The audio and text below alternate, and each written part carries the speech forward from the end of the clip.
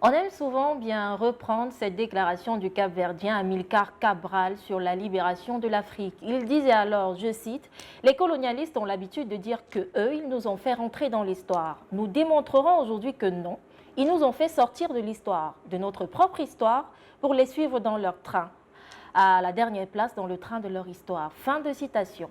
C'est fort de ce type de déclaration que l'Afrique voudrait aujourd'hui sortir complètement de la puissance, de la domination des puissances coloniales. L'actualité de cette semaine qui s'achève le démontre d'ailleurs a suffi. Le Mali qui oppose une fin de non-recevoir à l'Union européenne. Le président ivoirien Alassane Dramane Ouattara qui est entrepris dans un réajustement ministériel.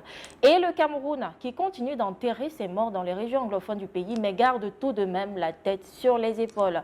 Ce sont d'ailleurs les trois thèmes que nous aborderons tout au long de cette édition de votre émission hebdomadaire Le Grand 7 qui démarre à l'instant sur Dash TV News. Bienvenue à toutes et à tous. À tout de suite.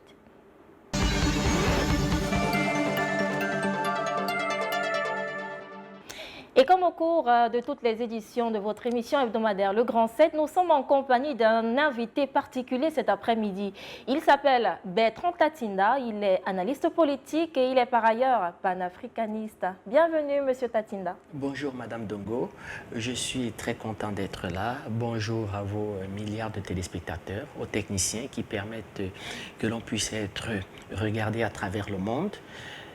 Laissez-moi juste saluer, dire un bon bonjour, mes bonnes fêtes de la Pâque à la communauté chrétienne.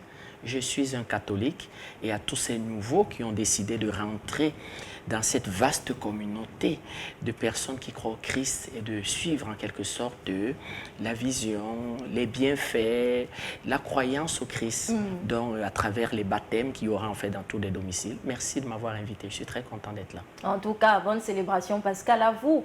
Et avant d'entrer dans le vif de nos échanges de cet après-midi, nous allons aller faire un tour sur l'Afrique. C'est une semaine qui s'achève et vous le savez, puisque le monde bouge, l'actualité, elle, évolue. Nous allons aller faire un tour sur le continent africain pour prendre l'actualité qui aura marqué cette semaine avec Audrey Melingui. Bonjour Audrey. Bonjour Marivonne et bienvenue à ce round-up de la semaine. En Afrique du Sud, la ville portuaire de Durban, sur la côte est du pays, a été frappée cette semaine par des pluies qui ont fait plus de 300 morts et affecté près de 41 000 personnes dans des inondations catastrophiques. Les forces de défense et les équipes de secours étaient à pied d'œuvre afin de venir en aide aux victimes.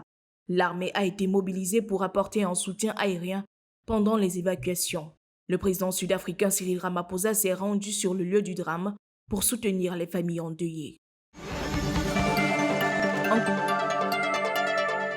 En Côte d'Ivoire, ce 13 avril, le Premier ministre Patrick Achi a présenté sa démission et celle de son gouvernement. Le président Alassane Ouattara a annoncé la mise en place d'une nouvelle équipe gouvernementale la semaine prochaine. Cette démission survient après que le chef de l'État avait révélé son intention de restreindre le gouvernement afin de réduire les dépenses tout en les réorientant vers la résilience sociale et sécuritaire. Pour rappel, Patrick Achi a été nommé en mars 2021 après le décès des suites d'un cancer de son prédécesseur, Ahmed Bakayoko, qui avait lui-même succédé à Amadou Gon Coulibaly, mort en juillet 2020.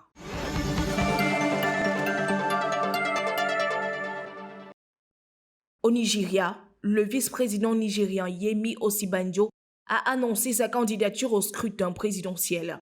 Il l'a fait savoir dans une vidéo publiée sur les réseaux sociaux ce 11 avril, citant son intérêt à se présenter à la présidence de la République fédérale du Nigeria lors des élections générales de 2023.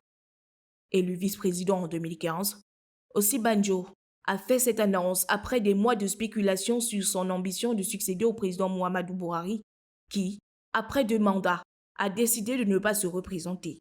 Par ailleurs, le parti au pouvoir APC désignera son candidat à l'issue d'une primaire qui doit se tenir d'ici le mois de juin prochain. Ce 11 avril marquait la 3e année après la chute du régime du dictateur Omar al-Béchir. À ce jour, la crise politique s'enlise au Soudan. Le pays, qui est maintenant dirigé par l'armée, a été paralysé par des difficultés économiques. Depuis le coup d'État d'octobre 2021 et l'arrivée au pouvoir du général Abdel Fattah al-Burhan, Les manifestations populaires se multiplient contre la vie chère et la junte au pouvoir. Le pays est sans gouvernement et la répression est de plus en plus féroce. Le Conseil des droits de l'homme des Nations Unies se dit préoccupé par la situation. En RDC, la Cour de cassation a annulé lundi la condamnation de Vital Kamerhe à 13 ans de prison pour détournement de fonds publics. La haute juridiction a jugé recevable le pouvoir en cassation de l'ancien directeur de cabinet de Félix Tshisekedi et renvoyé l'affaire devant de nouveaux juges après l'annulation de la décision d'appel. La Cour d'appel a estimé que le juge d'appel avait violé le droit de la défense de Kamerhe. Le président Muhammadu Buhari a ordonné la suspension de toutes les lignes téléphoniques non reliées au numéro d'identité nationale il y a une semaine. Et depuis lors, ce sont environ 73 millions de lignes téléphoniques qui sont suspendues, mettant en difficulté les abonnés. Cette semaine, la région du nord-ouest Cameroun a de nouveau été frappée par un drame. Celui-ci est survenu sur l'axe Kambé-Kumbo. Une attaque qui a ôté la vie à 4 personnes, dont le délégué régional de l'administration pénitentiaire Kiga Théodore et ses 3 collaborateurs.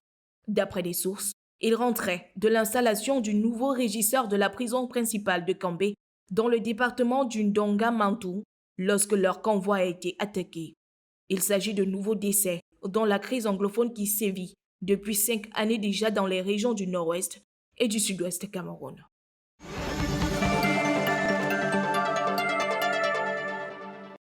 Phénomène d'apatridie, Marie-Thérèse Abena-Ondoa, ministre de la Promotion de la Femme et de la Famille, accorde un financement de plus de 88 millions de francs CFA à 6 communes pour l'établissement d'actes de naissance à 11 000 enfants. Le souci d'enfants dits fantômes est désormais une préoccupation majeure selon les autorités camerounaises. De retour sur ce plateau du Grand 7 et je vous l'annonçais dès l'entame de cette émission, nous sommes en compagnie de Bertrand Tatinda qui est analyste politique et avec qui d'ailleurs nous allons décrypter le premier sujet qui porte bien évidemment sur la crise anglophone au Cameroun qui continue de faire des morts. Vous l'avez suivi dans le round-up tout à l'heure. 4 fonctionnaires du côté de la région du sud-ouest Cameroun ont donc péri dans une attaque, encore une attaque sécessionniste puisqu'elle a été revendiqué quelques jours plus tard sur les réseaux sociaux par ce groupe séparatiste qui sème dans la terreur depuis pratiquement 5 ans dans les régions anglophones du Cameroun. Et nous en parlons avec Bertrand Tatinda. Encore des morts du côté des régions du sud-ouest et nord-ouest Cameroun. C'est à déplorer. C'est à déplorer, Madame Dongo. Encore des morts, mais des morts pour rien. C'est une crise... Nous, les panafricanistes, nous avons regardé cette histoire différemment. Nous avons, certes, il y avait des problèmes d'ordre sectoriel au début de cette histoire. Et le gouvernement a travaillé avec ceux qui étaient concernés. Toutes les réponses, on ne peut pas dire que toutes les réponses à 100% ont été satisfaites. Mais il y a eu, de la part du gouvernement, une disponibilité à nul autre pareil. Tous les ministres responsables des secteurs régaliens qui étaient concernés par les problèmes sociaux vont discuter avec les acteurs, les avocats, c'est-à-dire que le monde judiciaire. Il y avait aussi le monde enseignant. Mais eux, ils ont repris leurs activités. Normalement. Parce qu'il y avait une grève des avocats, il y avait une grève des enseignants. Et puis, sont rentrés dans la danse ce que nous appelons les ennemis de ce pays. Et ce qui nous a fait le plus mal, madame, c'est le comportement de certains acteurs, de certaines personnes qui ont pignon sur eux, et même de certains partis politiques. Moi, nous, au NNP, au Nouveau Mouvement Populaire, et chez nous les panafricanistes, nous pensons qu'il ne faut pas faire la politique sur tout. On ne peut pas faire la politique. Parce que vous pensez qu'il y a un peu de politique dans la crise? Non, nous pensons qu'il y a des gens qui ont voulu récupérer cette histoire. Des acteurs politiques qui ont cru qu'ils pouvaient s'engouffrer, même faire ami-ami avec ces assassins.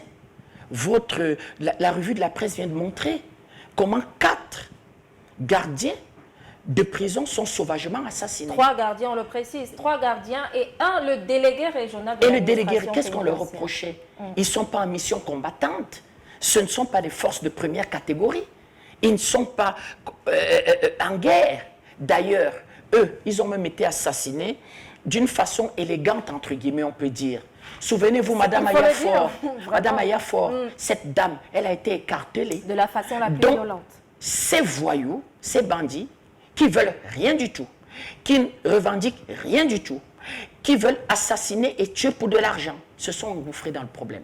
Mais finalement, on se demande ça. Et nous avons soutenu le gouvernement en disant au gouvernement que la première des choses, la première mission d'un gouvernement, c'est de rétablir la paix. Vous l'avez très bien souligné. Cette crise a commencé avec les revendications des avocats et des enseignants. Maintenant, les problèmes des enseignants et des avocats ont été résolus. Quelle est la réelle revendication de ces groupes séparatistes dans les régions? La réelle revendication, madame, c'est que il y a des interférences extérieures dans cette histoire. Au-delà du fait que nous avons affaire à quelques irrédentistes, parce qu'il faut aussi le dire et on ne le souligne pas assez, on a des cas comme ceux-là qui sont tristes, malheureux. Il faut le déplorer avec la plus grande énergie. Mais je peux vous dire, Madame Dongo, que l'armée déjoue des centaines de cas comme ça tous les jours. Donc l'armée a fait un travail remarquable. C'est le lieu d'ailleurs de féliciter cette armée qui a payé aussi le lourd tribut. On parle de près d'1 million de nos hommes, gendarmerie, police confondus, des deux sexes, femmes comme hommes, qui sont tombés sur le champ de guerre, certains enterrés vivants. C'est un sacrifice. J'ai reçu un jour la vidéo d'un jeune garçon du Bir, c'est-à-dire que nos éléments les plus redoutés qui assurent la sécurité de ce pays, c'était horrible. On le découpait avant de le faire enterrer. Ce garçon va donner sa vie comme ça pour ce pays avec beaucoup de dignité. Donc, madame, ils ont payé le lourd tribut. Donc, il y a des interférences extérieures. Sur une autre chaîne, amie de la vôtre, nous allons donner un nom, Zulfikar Rachid, d'un monsieur qui, avec un certain nombre d'amis, entre guillemets, font de l'argent sur des champs de conflits pareils. On va les retrouver au Soudan du Sud. Votre revue de la presse en a parlé, d'un pays qui en est à 260% de taux d'inflation, qui a un niveau de pauvreté pas possible. C'est eux qui vont disséquer le Soudan. C'est-à-dire qu'ils vont activer, soutenir les acteurs politiques du Soudan du Sud d'aller à la sécession. Quand on va acter la sécession parce qu'on va appeler les accords de Nairobi, ils vont abandonner ce pays. C'est quoi le Soudan du Sud aujourd'hui, Madame Dongo? Eh bien, c'est un vaste territoire livré à tous les pillards, à tous les voyous. Il n'y a même pas de programme d'aide alimentaire. Par contre, ils se sont contentés d'avoir les contrats de recherche pétrolière. Et en commençant à exploiter ces forages pétroliers, ils se sont rendus compte qu'ils n'ont pas de terminaux. Bref, ils ont commencé à renégocier un rapprochement avec le Soudan du Nord, avec qui ils expliquaient à leurs frères du Sud que vous ne pouvez pas vivre avec eux, il faut vraiment faire sécession. Parce que le Soudan du Nord, eux, avaient des terminaux et avaient des ports pour évacuer. On les retrouve au Cabinda, une enclave très riche de pétrole en Angola. On les retrouve en Casamance, une enclave riche en produits des forêts. Donc vous voyez comme ça, il y a certains acteurs soutenus par des lobbies politiques américains qui investissent des terrains comme cela. Cette région-là, 140 000 km² du territoire camerounais, ont été gagés à cette industrie du crime par des gens qui ne répondent pas du Cameroun, qui n'ont aucun mandat des Camerounais. Donc il leur faut entretenir ça pour justifier justement un acte de brigandage auprès de ceux à qui ils sont allés dealer. Mais j'ai envie de vous couper rapidement pour vous prendre une image. Pour rentrer chez vous, c'est-à-dire si une personne veut rentrer chez vous, il faut bien qu'elle ait l'autorisation de quelqu'un de chez vous. Tout à fait. Alors, si ces différents groupes dont vous nous parliez sont bien au Cameroun, il se pourrait qu'ils aient reçu l'aval de quelqu'un du Cameroun. Au-delà de l'aval de quelqu'un, du comportement de certains hommes politiques, même qui sont au pouvoir. Je suis de la majorité présidentielle, je n'ai pas honte de le dire. Nous sommes des soutiens indéfectibles du président de la République. D'ailleurs, nous pensons aujourd'hui qu'il est bien seul le président de la République. Parce que, Madame Dongo, quand on regarde une partie du gouvernement camerounais à l'heure actuelle, on peut se poser la question de savoir s'il travaille encore à faire avancer les idées du président. C'est inacceptable. La dernière actualité en date, 141 contrôles sur le corridor Douala-N'Djamena. Est-ce que c'est sérieux? 141 contrôles. Donc, il y a eu des actes de corruption inacceptables qui n'ont pas commencé aujourd'hui. On situe à peu près le début de la grande corruption au Cameroun au milieu des années 80. Il y a eu du trafic d'influence, il y a eu des gens qui n'ont pas voulu prendre leurs responsabilités, il y a eu un comportement qui peut avoir donné à ces enfants l'impression de ne plus appartenir à la même communauté nationale. Mais ce n'est pas une raison. Vous n'avez jamais une excuse quand vous prenez les armes contre votre pays. Jamais. Vous savez, Madame Dongo, combien de mouvements sécessionnistes il y a aux États-Unis au moment où nous parlons? Près de 2000. Près de 2000. D'ailleurs, le mari de Madame Sarah Palin, elle a été colistière de Mike Ken quand il se présentait à l'élection présidentielle. Il anime au Texas un mouvement sécessionniste. Mais vous savez comment il se comporte? Eh bien, ils font des réunions et ils fustigent la corruption des fonctionnaires américains de Washington. Mais ils ne s'égorgent pas. Ils respectent la loi. Ils se disent qu'il faille peut-être que les États-Unis restructurent totalement leur administration et décident d'être gouvernés autrement. Ce sont des mouvements sécessionnistes. Ils revendiquent une certaine autonomie, mais ils ne se livrent pas à ce que nous voyons au Cameroun. Qu'est-ce qui peut justifier qu'on aille assassiner une femme enceinte et qu'on sorte le fœtus du ventre? Qu'est-ce qui peut justifier qu'on aille dans une salle de classe, qu'on décharge, qu'on mette sur un enfant tout un chargeur d'un Kalachnikov à Kumba? Il y a eu un petit, j'ai oublié son nom, il a eu 11 impacts de balles. Qu'est-ce qui peut justifier ça? Et vous avez des acteurs politiques qui l'expliquent en disant ils veulent le fédéralisme. Madame Dongo, c'est comme ça qu'on défend le fédéralisme? En 2018, il y a eu une élection présidentielle. Je connais 3 partis politiques qui ont eu une vision fédéraliste, c'est-à-dire qui ont expliqué, et d'ailleurs, c'est un débat politique. Je trouve même qu'il est pertinent.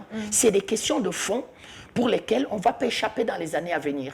Est-ce qu'il faille continuer avec un État unitaire décentralisé qui produit la corruption dont je parle? Est-ce qu'il faut aller à une véritable décentralisation? Nous, c'est notre façon de voir. Est-ce qu'il faut aller au fédéralisme? Est-ce qu'il faut aller... Donc, la forme de l'État, c'est un débat politique. Mais vous ne défendez pas le fédéralisme de cette façon. Il faut passer par le dialogue. Donc, c'est le dialogue, oui, il faut passer par le dialogue, mais attention, il faut aussi que nos dialogues soient cadrés par les lois de la République, parce que dans ce que vous entendez, il faut passer par le dialogue. Et ceux qui demandaient au président de la République d'aller à un deuxième dialogue, il y avait un piège. Il y avait un piège, madame. Je vous explique lequel. Je fais une analogie avec un pays ami, on reviendra dessus. En Côte d'Ivoire, quand il y a eu un pouvoir légal, légitime, qui a été attaqué par une rébellion, on a crié dialogue. Sauf que quand on est allé dialoguer à Paris, suivez mon regard, on a pris la constitution ivoirienne et on l'a mise de côté. Et on a sorti un accord qu'on va appeler l'accord de Makoussi.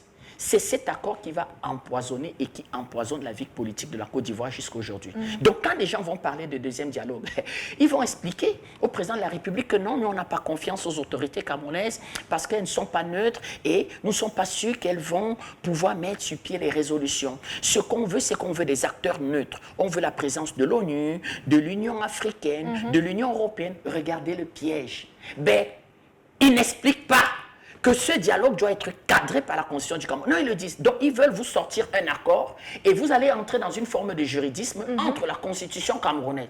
Et cet accord bancal, boiteux, illégal, illégitime, qu'est-ce qui prime? Et c'est comme ça qu'ils veulent rogner les pouvoirs du président de la République, qui lui est allé aux élections, qui lui est allé aux urnes, s'est présenté devant les Camerounais avec un projet. D'ailleurs, un septennat d'opportunités, c'était le maître mot de la campagne du président, de dire que je ferai de l'économie ma priorité et je ferai du Cameroun un pays d'opportunités. Donc, tous ceux qui veulent me rejoindre, tous ceux qui sont intéressés par le Cameroun, je chute en disant, même ces assassins, il n'y a pas un autre nom, même ces sauvageons, ces assassins, vous savez, Madame Dongo, que s'ils décident de déposer les armes, on leur accorde le pardon. Ce qui nous a souvent agacés, même nous dans le camp présidentiel, pour vous dire jusqu'où va la tempérance du président. Lui, c'est un chef d'État. Donc, il se dit que même dans ces actes ignobles posés par ses enfants, je ne peux pas leur déclarer la guerre, ce que l'État du Cameroun n'a jamais fait. Ces 2 régions n'ont jamais été déclarées zone de guerre. C'est du rétablissement de la paix de façon musclée et du démantèlement des camps criminels. Mais le président leur dit toujours que si vous déposez les armes, chers jeunes, on vous réintègre dans ce qu'on appelle la communauté nationale. Vous allez intégrer les DDR et vous apprendrez un métier et en fin de formation, effectivement, vous pourrez avoir un petit capital pour vous installer. Au début, tout n'allait pas bien dans les DDR, il faut le dire. La nutrition, la bouffe et tout. Mais dans leur vie, quand ils sont en forêt, après avoir assassiné, ils vivent très bien. Donc, l'État, d'ailleurs, a augmenté en termes de capacité de lits et surtout en termes de qualité de vie à l'intérieur des DDR. Donc, ils ont en fait le choix entre continuer de commettre ce genre de crime et rencontrer l'armée du Cameroun en face et être neutralisé, arrêté, être jugé par notre cour martiale, ou pour beaucoup, il faut dire aussi, se sont rendus et ont compris que c'était une voie sans issue. Il y a plusieurs qui se sont rendus, d'ailleurs, vous le dites très bien, mais il y a aussi d'autres qui continuent à faire couler beaucoup de sang dans ces régions du nord-ouest et sud-ouest Cameroun. On a à un moment l'impression que le gouvernement camerounais affiche son incapacité de réellement résoudre ce conflit. Non, c'est un tort, Madame Dongo. Vous savez, une guerre asymétrique, vous ne voyez pas l'adversaire. Comment vous voulez le savoir? Vous croyez honnêtement que si ces quatre Pourtant, messieurs certains hommes politiques nous disent bien qu'on connaît qui est derrière ces différents groupes séparatistes. Mais que ces hommes politiques aillent aider à rétablir la paix. Les régions du nord-ouest et du sud-ouest, ce sont des régions du Cameroun. D'ailleurs, au début de cette crise, le gouvernement va dépêcher sur le terrain, le président de la République, des émissaires officiels et officieux. Il va y dépêcher 2 premiers ministres, des ministres régaliens, des chefs traditionnels et même des personnages officieux. Je peux donner le nom de un parce qu'il s'est déclaré. Le ministre Gargaman, il va dire au palais de l'unité devant tous les Camerounais, le président va lui dire « Monsieur le ministre, ramenez-nous le nord-ouest et du sud-ouest. » Un mandat devant tout le monde. Tout le monde connaît notre chef de l'État. Il est avare de déclarations. Il n'est pas exubérant. Mais il va le dire devant tout le monde. Et il va aller. Il va dire, Monsieur le Président, je ne vais pas, j'essayerai de ne pas faillir à ma mission. Il va aller dans le nord-ouest et du sud-ouest. Il va rencontrer toutes les forces vives. Il va avoir une discussion toute une nuit avec feu le cardinal Toumi. Et il va ramener en quelque sorte au président de la République, je crois, cette résolution qui lui avait été recommandée par toutes les forces vives du nord-ouest et du sud-ouest. Il va expliquer que le président mettra sur pied 5. Le président va apporter des réponses à 5. Et il va en rester 2 pour lesquelles le budget national et les lois du Cameroun, parce qu'il est aussi régalien. Donc, vous voyez que des hommes politiques qui le disent, c'est aussi des hommes politiques, comme je vous ai dit, qui ont cru que cette histoire pouvait être de la ressource politique pour eux. Prenons un pays comme la Colombie. Il y a eu un mouvement comme ça.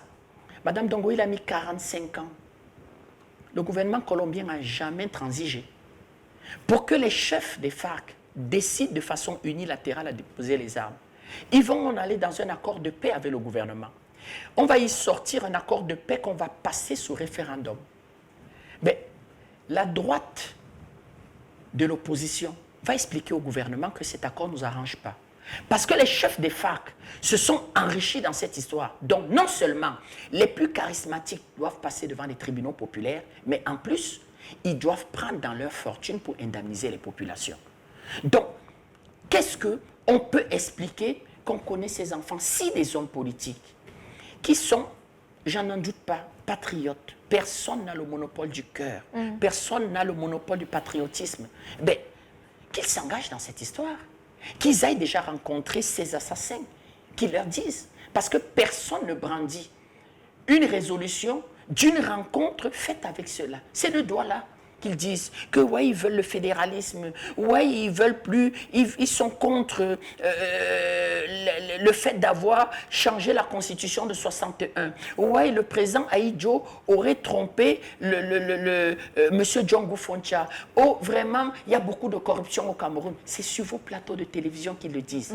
Ils ne sont jamais partis, eux, rencontrer cela, avoir une réunion avec eux et rapporter les réels déshydratants. Le gouvernement est ouvert, mais un gouvernement, Madame Dongo, s'agit en fonction de la loi et des règles. Je rappelle quand même qu'il y a des règles au Cameroun qui protègent la vie humaine. Je rappelle quand même que l'armée du Cameroun, c'est une armée régalienne. Chaque militaire du Camerounais est identifiable. En face, il y a quoi? Comment vous identifiez les sauvageons qui viennent de nous assassiner, un valeureux Camerounais et 4 On sait qu'il y a des générales Nopiti. Ben, excusez-moi, un monsieur comme Nopiti, je n'ai aucune sympathie pour ce voyou. Il est immatriculé par qui? Il répond de qui? Il répond de qui? Vous voyez qu'il ne vous donne même pas la possibilité de contester ce qu'il veut. Parce que la seule fois, une fois que vous êtes en désaccord avec eux, eh bien, vous êtes égorgé. C'est quoi cet État qu'ils veulent créer? Un État où les femmes n'iront pas travailler, les enfants n'iront pas à l'école. Vous ne pourrez pas contester ce qu'ils disent. Même quand il y a procès, c'est 5 minutes. Souvenez-vous, cette jeune dame, on lui a expliqué que vous avez pour copain un militaire. Et elle jurait les larmes aux yeux que je n'ai pas pour copain un militaire. Eh bien, on va lui donner la mort pour ça. On va lui faire 2 minutes d'un procès. Madame, vous avez pour copain un militaire. Et on va pratiquement la découper à la machette parce qu'on expliquait qu'elle a pour copain un militaire. C'est cette république, c'est ça la république qu'ils veulent créer, alors que au Cameroun, vous avez la possibilité de vous plaindre. Les lois protègent. Nous n'avons pas une justice parfaite. Personne au monde n'a une justice parfaite. Mais il y a des plateformes d'échange. Le gouvernement continue de tendre la main et d'expliquer que ceux qui déposent les armes, il y a possibilité de dialoguer avec eux. Mais impossible, hors de question de dialoguer avec des gens qui tiennent les armes et qui commettent ces crimes odieux. Nous allons terminer avec ce thème-là qui porte sur la crise anglophone au Cameroun. Où en est-on et surtout comment parvenir à la fin de ce conflit? Bertrand Tatinda, un conflit qui a déjà fait plus de 700 000 déplacés, plus de 3 000 morts. Comment parvenir à la fin de ce conflit? Une solution que vous nous proposez. Vos chiffres, 700 000 déplacés. Plus de 700 000 déplacés. Madame Dongo, c'est aussi un peu, vous savez aussi, c'est une guerre de communication. Vous avez les gens qui donnent ces statistiques, ils ne donnent pas des sources, on ne sait pas trop comment ils ont compris, mais il y a beaucoup de déplacés. Ça, c'est vrai. Je rappelle que certains rentrent, timidement, mais ils rentrent. Moi, je crois que, pour résoudre ça, il faut déjà, et le gouvernement l'a fait, dire à certains de nos amis, entre guillemets, qui nous sourient le jour et qui nous poignardent la nuit, qu'il faut jouer franc jeu. Il y a une communauté internationale détestable. Vous le savez, je ne veux donner aucun nom ici et je veux donner le nom d'aucun pays. Vous avez des pays qui abritent les donneurs d'ordre de cette histoire. Vous avez des pays qui abritent ceux qui financent cette histoire. Et ils sont connus. Et c'est eux des champions, des donneurs de leçons. On va arriver dans la crise, dans la situation au Mali. Des donneurs de leçons. Oh, ici, il y a Wagner ici. Il y a ceci. Il n'y a pas de démocratie chez vous. Il n'y a pas, il n'y a pas, il n'y a pas. Mais ils abritent ce genre, ces donneurs d'ordre. Donc, il faut qu'ils jouent franc jeu. Parce que le terrorisme aujourd'hui, c'est un fléau à l'échelle mondiale. Il s'est mondialisé. Le terrorisme s'est mondialisé et il a même muté. Donc, il y a plusieurs formes de terrorisme. Et il a produit plusieurs chefs de gangs et de clans qui ne dépendent de personne. Donc, c'est devenu une forme de mafia criminelle internationale où, s'il n'y a pas une collaboration sincère internationale, aucun pays arrive au bout de ça. Première des choses. Deuxième des choses, il faut que les hommes politiques et que l'administration, les fonctionnaires camerounais soient plus sérieux. Oui, il y avait des frustrations, madame. Quand vous arriviez à l'université du Cameroun, on insultait certains jeunes Camerounais anglo-fous. Il ne faut plus ça. Ça doit devenir même un délai pénal. Il faut le dire, madame. Et c'est la marginalisation dont ils se sont toujours plaints. Non, il faut dire. Il faut dire. Je suis panafricaniste. Je suis soutien indéfectible du président de la République et soutien de notre armée. Mais nous, est-ce qu'il faille dire francophone? Disons ça comme ça dans le cadre de cette émission. On était arrogants. On avait un regard méprisant de la part de nos frères. Soit disant que c'est une communauté minoritaire et que du moment qu'ils ne parlent pas français, on les regardait de haut. Je regardais même dans certains services publics. Nous avons 2 langues officielles, mais on les obligeait pratiquement, eux, de s'exprimer en français. Et nous, on ne faisait pas l'effort de s'exprimer en anglais. Donc, il y avait cette frustration-là. Donc, il faut véritablement punir avec beaucoup de sévérité ceux qui vont y aller. Et puis, il faut, madame Dongo, pouvoir harmoniser notre administration. Qu'est-ce qu'on fait avec 2 sous-systèmes éducatifs, en toute honnêteté? Qu'est-ce qu'on fait avec 2 sous-systèmes? Vous avez des Camerounais aujourd'hui qui ont des enfants qui sont dans un sous-système. Vous avez mais ça participe justement à ne pas faciliter la création d'une véritable unité nationale et véritable nation. Qu'est-ce qu'on fait avec 2 sous-systèmes judiciaires? C'est sérieux. Qu'est-ce qu'on fait avec 2 langues héritées de la colonisation? On ne peut pas en choisir une. Les Hondo, le Sawa, le Fulbe, le Bamoun, le Banganté, le Boulou. Ben pourquoi ils ne peuvent pas être des langues nationales? Vous voyez donc qu'il y a encore une véritable marche. Il faut aller de l'avant, de pouvoir, pour créer un territoire intégré, une véritable nation, une unité nationale. Et c'est en ça que nous, les panafricains, nous disons que nous avons encore beaucoup de fragilité pour aller au fédéralisme. Parce que tous les pays qui vont au fédéralisme ont des relances sécessionnistes qui apparaissent. Donc, c'est fragile. Et je crois que c'est pour ça que le président de la République a souvent dit, même dans la mise sur pied du processus de décentralisation, de dire qu'il ne faut pas danser plus vite que la musique. Il faut y aller progressivement et sûrement, parce que la paix n'a pas de prix, Madame Dongo. D'accord. On va clôturer avec cette première thématique pour prendre la deuxième qui est relative au Mali. Vous abordez cette thématique il y a quelques instants. On va donc prendre la direction du Mali où le colonel Assimi Goïta a opposé une fin de non-recevoir à la ministre allemande des Affaires étrangères qui s'est rendue cette semaine au Mali pour demander au gouvernement malien d'arrêter toute collaboration avec ces sociétés paramilitaires russes et autres sociétés installées dans le pays. Nous allons faire un tour du côté de Mali avec Laetitia Mebenga. Après la France qui cessait ses activités militaires au Mali, c'est l'Allemagne par le biais de la ministre de la Défense, Christine Lambert, qui a souhaité se faire une idée claire de la situation actuelle dans le pays, notamment celle de la collaboration entre le Mali et la Russie. Un ultimatum a même été posé. Le chef du gouvernement malien, lui, n'a pas souhaité entendre les menaces allemandes, à qui il adressait finalement une fin de non-recevoir. La situation sociopolitique et sécuritaire est de plus en plus tendue, encore marquée par le poids des sanctions de la CEDEAO, un rétrécissement de l'espace démocratique et des soupçons d'exaction récemment dans la localité de Moura dans le centre du Mali. Les autorités maliennes affirment avoir neutralisé 203 djihadistes, même si les témoignages font état de l'exécution de civils par l'armée malienne, soutenue par des soldats étrangers qui, selon certains, seraient des mercenaires russes de Wagner.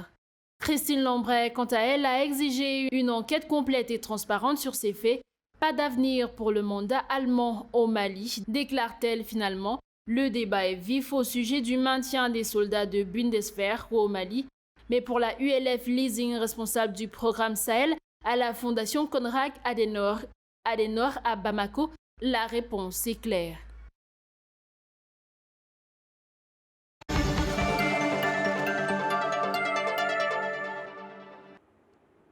Merci Laetitia Mebenga pour ce brillant reportage sur la dernière actualité du côté du Mali. Cette semaine, on en parlait et on parle justement de cette fin de non-recevoir opposée par le colonel Assimi Goïta face à la ministre des Affaires étrangères allemande qui demandait qu'il cesse toute collaboration avec la société paramilitaire russe Wagner. Vous en parliez il y a quelques minutes.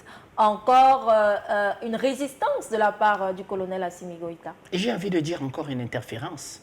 Ben, vous voyez que toutes les crises dans nos pays en Afrique, il y a ce qu'on appelle les méchants loups qui apparaissent, comme on le dit souvent, il y a un dicton qui dit l'assassin revient toujours sur les lieux du crime. Est-ce que cette Union européenne, elle n'a rien à voir avec les problèmes du Mali? Elle peut jurer la main sur le cœur? Les pays à l'intérieur qui constituent l'Union européenne, les pays de l'Union européenne.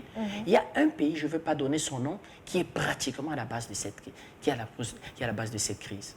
Deuxième des choses, madame, les modèles démocratiques. Il faudra à un moment donner les noms, hein, Bertrand Tatina. Ben oui, je veux donner les noms. Les modèles démocratiques. Voilà. Il y a quelques années, on nous expliquait, nous, ici dans la CEMAC, que vous, avec vos vieux présidents, ce sont des potentats. Ils ont tous 80 ans de moyenne d'âge. Ils ont 40 ans de pouvoir. Eh bien, regardez les démocrates. Prenez exemple ici. Ils ont 6 alternances. Tout va bien. Mais, sauf que les alternances au Mali, les démocrates maliens ont mis le pays plus bas que terre. Plus bas que terre. 80% de territoire, Madame Dongo. Il n'y avait plus d'école. Il n'y avait plus de système de santé. Il n'y avait plus de vie. Il n'y avait plus d'agriculture, il n'y avait plus d'État. Quand il n'y a plus d'État, est-ce qu'on peut encore parler de chef d'État? Est-ce qu'on peut parler de gouvernement? On parle de gouvernement quand il y a un État. Il y a un chef d'un État. Mais si l'État n'existe plus, celui qui semble symboliser ou ce qui semble jouer le rôle de chef d'État, il n'existe plus. Et il y avait une révolution populaire. Et les Maliens ont fait ce constat pendant 8 mois. Ils étaient dans la rue. pour demander justement à ce monsieur qui se faisait encore appeler chef d'État de partir. Et finalement, il y a eu parti. ce coup d'État. Mais non, nous on ne l'appelle pas comme ça, Madame Dongo. Il y a eu des militaires patriotes qui ont suivi la foule. Pourquoi? Parce que quand la foule est dans la rue, c'est aussi les militaires qui sont dans la rue. Parce que les militaires, ils ne tombent pas de Mars. C'est leurs épouses qui sont dans la rue. Leurs cousins sont dans la rue. Leurs enfants sont dans la rue. Donc quand tu as 3, 4, 5 millions de personnes dans la rue, une partie de l'armée est dans la rue, parce qu'un militaire, c'est pas tombé du ciel, un militaire, c'est une famille. Et quand cette famille est dans la rue, il est plus serein. D'ailleurs, il faudra questionner aujourd'hui les rapports entre l'armée, nos armées modernes et les chefs suprêmes de ces armées modernes. Chaque fois que les chefs suprêmes vont faillir à leurs obligations, au point de ne plus pouvoir être chef avec tous les attributs de terme. Il ne faut pas donner bien cher leur maintien au pouvoir. Donc il y a des militaires patriotes qui se sont rendus compte qu'une foule, ça ne peut pas prendre le pouvoir. Donc ils ont décidé de pouvoir instaurer une période transitoire au Mali de façon à reprendre tout. Parce qu'il y a eu déjà un précédent. Monsieur Sanogo, vous savez comment il arrive au pouvoir? C'était un militaire, instrumentalisé un peu par la CIA américaine. Vous voulez que je donne les noms? Maintenant, je vais donner les noms. Il le faut. Ah ouais, instrumentalisé un peu par la CIA américaine et par des intérêts européens. Il fait un coup d'État à M. ATT. Il reste 4 mois de pouvoir à M. ATT. Et M. ATT est en train de conclure son 2e mandat. Et il explique que je ne veux pas me représenter. Qu'est-ce qui justifiait qu'il fasse un coup d'État? C'était des intérêts occultes qui se battaient pour pouvoir récupérer le Mali, les richesses du Mali, avant justement qu'un processus électoral boiteux puisse pouvoir donner le pouvoir à quelqu'un d'autre. Donc, M. ATT va faire le pouvoir. Mais sauf qu'on va faire ce qu'on fait aujourd'hui au colonel Goïta, on va dire à M. Sanogo, allez aux élections, allez aux élections. On va bricoler une transition de 18 mois. On ira aux élections. Vous savez ce que ça va produire? Ça va produire comme chef d'État M. Ibeka, qui, lui, a mis le pays plus bas que terre. Si on avait pris le temps, par définition, nous sommes contre le coup d'État, Madame Dongo. Sous aucun prétexte, l'armée ne doit s'immiscer dans le champ politique. Vous reconnaissez quand même que c'est un coup d'État? Nous sommes contre les coups d'État. Je dis nous sommes contre les coups d'État. Monsieur Goïta, je dis nous sommes par principe contre le coup d'État. Aucun républicain ne peut encourager le coup d'État. Mais je vous explique.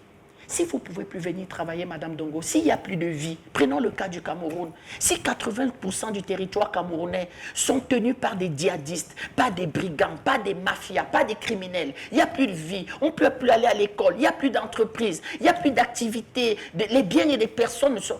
Ça veut dire que le président de la République du Cameroun aura trahi son serment. Parce que c'est ça la phrase clé. Il prend possession de son pouvoir après avoir prêté serment. C'est quoi la phrase clé?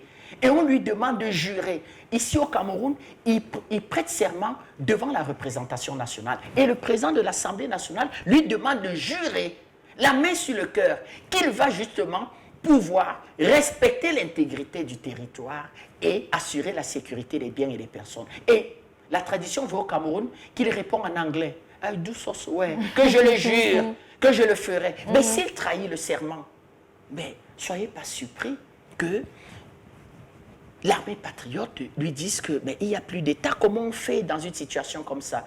Donc, vous voyez donc, cette ministre allemande, elle arrive. Quand le Mali était attaqué par les djihadistes... Avant d'avoir déjà au préalable suspendu la formation militaire. La formation militaire. Quand le Mali était attaqué par les djihadistes et que le Mali appelait au secours, où étaient passés les Allemands? Je rappelle que les Allemands viennent de faire pour 1 milliard d'euros d'aide militaire à l'Ukraine. Pourquoi ils ne l'ont pas fait au Mali? Ce n'est pas un pays. Monsieur Ibeka, je vous ai dit qu'il est arrivé au pouvoir à partir des élections. Monsieur Ibeka n'est pas arrivé au pouvoir par les armes. On lui reconnaît au moins ça. Où étaient ses amis du Mali? Quand les djihadistes prenaient, quand la France, je donne un deuxième nom, vole au secours du Mali en 2012, 10% du territoire malien sont tenus par les djihadistes. L'année dernière, quand le président Goïta décide de faire un état des lieux, 80% du territoire. On a augmenté. Il n'y a plus d'État. On peut se poser donc la question de dire que c'était donc quoi le deal? À quoi servait Takuba, qui avait été initié par la France? Elle va instrumentaliser les pays européens, donc Takuba. À quoi servait une MINUSMA qui va aussi, la résolution va être portée par des diplomates français, la MINUSMA, Serval, donc une instance de formation de la mer, un G5 Sahel qui va être mis sur pied aussi par la France. Donc, comment vous ne pouvez pas aider le pays à pouvoir retrouver la plénitude de son intégrité territoriale? Donc, il y avait un jeu. Et nous, les panafricanistes, nous le disons, nous avons des témoignages. Il y a des preuves aujourd'hui qui démontrent que ces faux amis du Mali, la France, l'Allemagne, les pays de l'Union européenne, avaient pour objectif de pouvoir faire du Mali ce qu'ils ont fait au Soudan. Faire du Mali un territoire, comment je vais dire que une sécession à l'intérieur du territoire malien. C'est quand même plus de 2 millions de kilomètres carrés le Mali. Or, il y a beaucoup de richesses au nord du Mali, beaucoup de richesses. Donc, ceux qui combattaient l'État malien, ces djihadistes-là, ils avaient aussi une idéologie politique. D'ailleurs, ils refusent aujourd'hui de faire appliquer les accords d'Alger. Parce que quand il y a au plus fort de la guerre, on va aller en Algérie. On va signer des accords. C'est des accords qui leur donnent quand même, qui leur octroient une large autonomie. Un peu, même un statut spécial, comme nous l'avons fait dans la région du Nord-Ouest et du Sud-Ouest. Je rappelle que nous avons 10 régions. Le Nord-Ouest et le Sud-Ouest ont un statut spécial, voulu par le président de la République, parce qu'on reconnaît une spécificité. Vous avez toujours des gens qui disent « ça ne marche pas, la chambre des chiefs ne marche pas ». C'est une opinion, c'est leur avis. Mais nous voyons que le gouvernement fait des efforts. Pareil au Mali. Mais aujourd'hui, on note quand même... Mais les djihadistes maliens ne veulent plus respecter ça. Et les pays européens n'expliquent pas à ces djihadistes que il y a un accord. Il faut respecter un accord, bien que nous trouvons que l'accord, il faut le renégocier quand même. Parce qu'en certains points, d'ailleurs, aucun homme politique malien ne veut assumer, comment je vais dire, que la conséquence politique de l'accord. Donc, chacun se dit, j'ai signé cet accord, c'était sous la contrainte. Les djihadistes disent, nous aussi, c'était sous la contrainte. Chacun explique que c'était sous la contrainte. Mais finalement, on note quand même, on va sortir de ce thème, parce qu'on a une troisième thématique à aborder. On note quand même un certain acharnement de la communauté internationale à vouloir, à tout prix, être présent au Mali, malgré le refus du colonel Assimi Goïta. Qu'est-ce qui peut expliquer cet acharnement-là? Cet acharnement, c'est qu'on ne veut pas perdre des positions avantageuses. Parlons d'enquête internationale. Pourquoi il ne demande pas une enquête internationale sur comment, qui, dans quelles circonstances le président Déby a été assassiné? C'est un petit événement pour vous, Madame Dongo. Voilà un monsieur... Nous avons l'habitude de dire que c'est notre père. Nous, les panafricanistes, nous n'allons pas laisser passer à perte et profit l'assassinat du président Déby. Nous ferons tout pour que la vérité éclate. Vous ne trouvez pas, Madame Dongo, que voilà justement là où il faut une véritable enquête internationale. Le président Déby est mort au front, défendant son pays. Dans quelles circonstances? Vous pouvez être mort au front, mais trahi au front. Mais personne.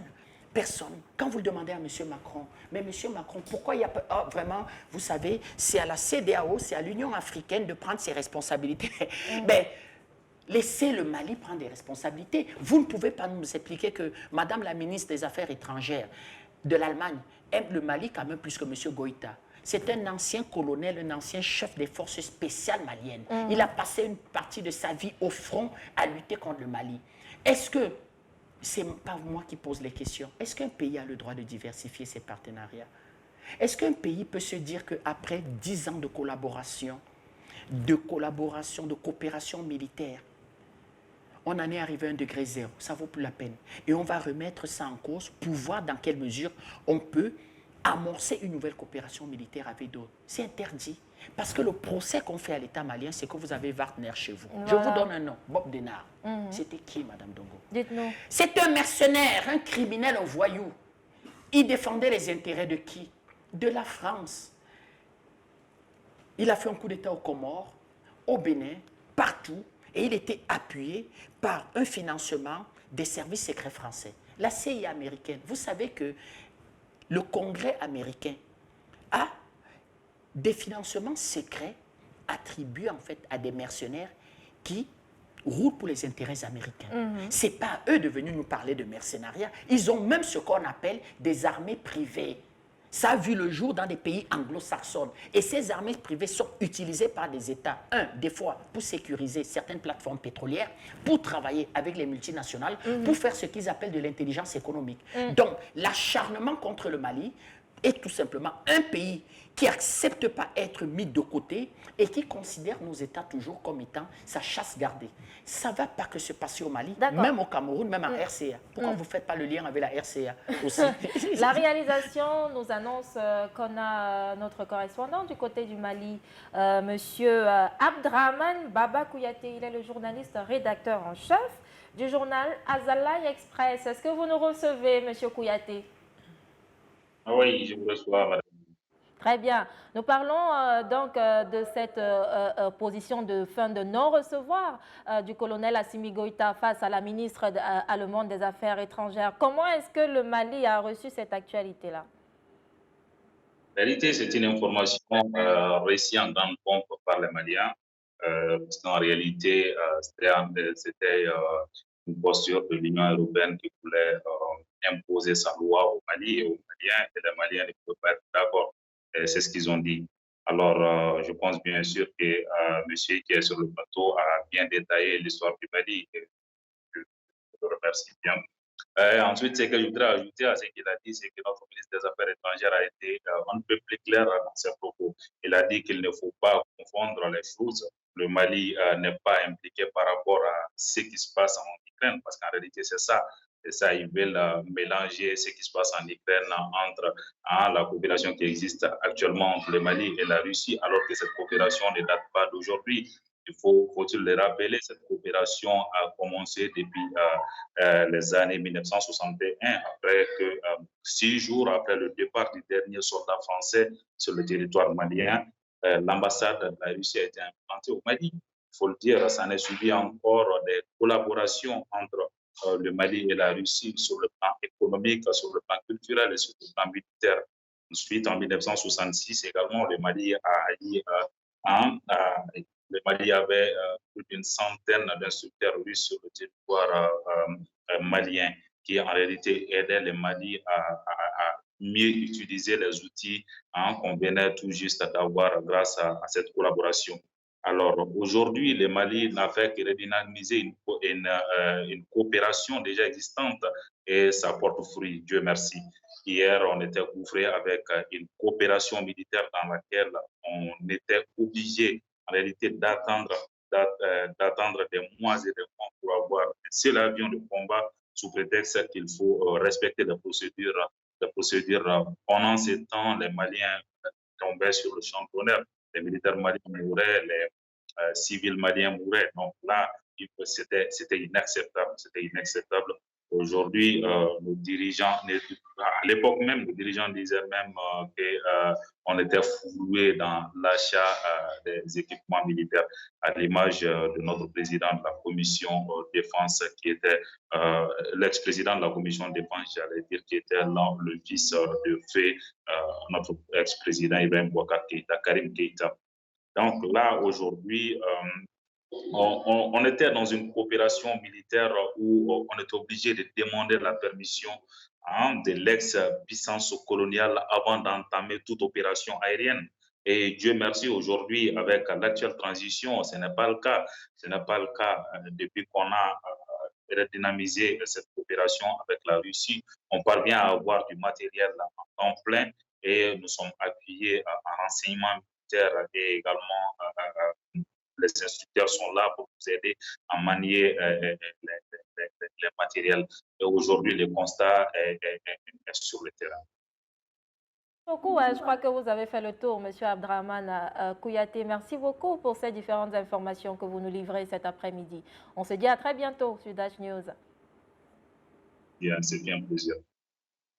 Bertrand Tatina, je crois que Abdraman Kouyaté confirme ce que vous étiez en train de dire. D'ailleurs, je remercie M. Abdraman Kouyaté. Il le dit très bien. Donc souvent, il ne faut pas masquer ses défaillances en faisant ce qu'on appelle des passements de jambes. Ben, il était clair qu'il y avait une véritable défaillance. Elle n'avait ni les moyens militaires, ni la capacité militaire, ni le savoir-faire pour accompagner l'armée malienne. Et il dit quelque chose de très intéressant. Le Mali, c'est un pays indépendant. L'armée malienne, c'est l'armée régalienne, chargée de pouvoir faire respecter la paix et la sécurité sur toute l'étendue du territoire. Fallait demander la permission. Et ça, je l'ai entendu de la part du docteur Choguel Maïga, le premier ministre malien. Fallait demander la permission à l'armée française. Et il va plus loin, le premier ministre. Il explique que l'aide militaire qui avait été demandée, c'était le renseignement.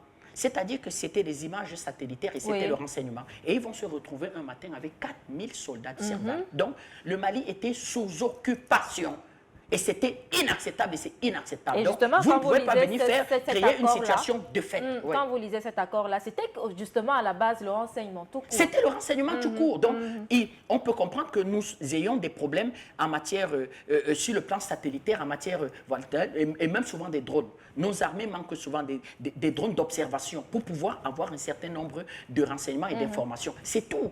C'est tout. Mais des gens sont venus créer de fait une situation de fait, de s'installer et non même pas la possibilité de pouvoir accompagner l'armée malienne. Et quand le Mali se rend compte de cette défaillance du territoire qui est pratiquement sous l'emprise des djihadistes, décide de nouer une nouvelle coopération, M. Kouyaté vous le dit, matériel hors norme, dernière génération, des instructeurs militaires. Le Mali ne cache pas sa coopération avec la Russie. J'ai des images, moi, de la rencontre entre M. Diop et M. Lavrov. À la fin de cette rencontre, il y a eu un communiqué officiel des deux États de dire qu'ils rentrent dans une forme de coopération. Quand les Maliens vont recevoir du matériel militaire de Russie, ben, ça va passer sur les chaînes de télévision. Ce n'est pas une histoire qui va être livrée à minuit, dans la nuit noire. Ça va passer sur les chaînes de télévision et qu'on va voir au Mali des instructeurs militaires russes. D'accord. Où est la honte là-dessus? Donc, c'est un prolongement de la guerre en Ukraine où, soyez pas surpris que même nous au Cameroun, on ait ce genre d'injonction parce qu'ils ne supportent pas. La présidente de la Commission européenne va le dire, que faut penser à punir des pays africains qui n'ont pas voté comme nous au Conseil de sécurité. C'est acceptable, Madame Dongo. En tout cas, le colonel Assimi Goïta a donc été ferme. Il est resté ferme face à la ministre allemande des Affaires étrangères. Il continuera sa collaboration avec la Russie et même les États-Unis et la Chine. Il l'a dit à l'occasion de son adresse à la population malienne. On a encore quelques minutes. Hein. On est sur le pas de course. On va aller rapidement faire un tour de la Côte d'Ivoire où le Premier ministre Patrick Achi a démissionné. Que peut-on, qu'est-ce qui se cache derrière cette démission aujourd'hui, Bertrand Tatimba? Nous, les partis officiels, nous voyons nos gros problèmes politiques. La Côte d'Ivoire ne va pas bien. Ils ont une paix apparente, la Côte d'Ivoire ne va pas bien. Parce que la Côte d'Ivoire n'a pas réussi à crever l'abcès, à savoir mettre sur pied un véritable processus de réconciliation. Et le processus de réconciliation doit passer par répondre à deux questions fondamentales. Qu'est-ce qui s'est réellement passé en 2010? Et deuxième question, qui a gagné l'élection présidentielle? Il ne s'agit pas de réveiller les vieux démons et de dire que voilà, on va chercher les coupables, prendre les coupables. Je crois même qu'on peut passer par une journée nationale de prière et dire confions le pays à Dieu. J'y crois pas trop, mais il y a des gens qui y croient, Madame Dongo. Vous riez. Il y a des gens qui y croient. Oui, voilà. Et oui, voilà, que nous respectons tous. Donc, c'est aller dans un processus de réconciliation sincère, mais en même temps, la Côte d'Ivoire, il y a trop d'interférences étrangères. Ce pays n'appartient plus aux Ivoiriens. Il y a des gens, comme on dit au quartier, qui se sucrent en Côte d'Ivoire. Et pour rien au monde, cette Côte d'Ivoire peut rester comme ça pendant 250 ans, 100 ans. Eux, ça les arrange. Ils y gagnent beaucoup d'argent. J'ai regardé deux chiffres, deux indicateurs économiques. Très rapidement. Ils en sont aujourd'hui à 2800 milliards. 28 000 milliards de francs CFA de dette et à 2 000 milliards de déficit budgétaire. Ils n'ont pas, en termes de kilomètres de routes bitumées, plus que le Cameroun. Ils n'ont pas de structures sanitaires plus que le Cameroun. Ils n'ont pas de meilleures infrastructures sportives. Ils n'ont pas. À quoi a servi cette masse d'argent aujourd'hui qui devra être remboursée par des générations futures? Donc, s'ils ne vont pas à un véritable processus de réconciliation qui répond à ces deux questions et qui permettent à tous les pays du pays de réfléchir à un avenir commun, On nommera un gouvernement la semaine prochaine, mais il on est sera en obligé proie à de d'aller- gros problèmes d'ordre social. On est obligé d'aller au pas de course et de clôturer rapidement cette émission, mais nous restons tout de même à l'écoute des prochains événements du côté de la Côte d'Ivoire. Le président Alassane Dramane Ouattara qui doit donc s'adresser devant le congrès, c'est le 19 avril prochain, le président Alassane Ouattara qui s'adressera au congrès et qui justement réajustera le gouvernement. On passera déjà de 41 ministres à 30 ministres. Il a annoncé au cours de cette semaine qui s'achève. Sur le plateau, cet après-midi, on recevait Bertrand Tatinda, qui est analyste politique et panafricaniste. Panafricaniste, Merci, homme c'est un politique honneur. aussi, porte-parole officielle du nouveau mouvement populaire du président Banda Kani. Eh bien, on essaye à notre petit niveau de pouvoir expliquer les enjeux géopolitiques et de dire à l'Afrique, apprêtez-vous après la guerre d'Ukraine, apprêtez-vous à la guerre en Afrique. Ils viendront nous faire la guerre. Merci à vous, Bertrand Tatinda. Merci également à vous, chers téléspectateurs, d'avoir honoré cet autre rendez-vous de votre émission hebdomadaire, Le Grand 7 sur Dash TV News. On vous donne rendez-vous dimanche prochain, sans doute, pour une autre sortie de votre émission hebdomadaire. En attendant, nos programmes se poursuivent sur Dash TV News. À bientôt.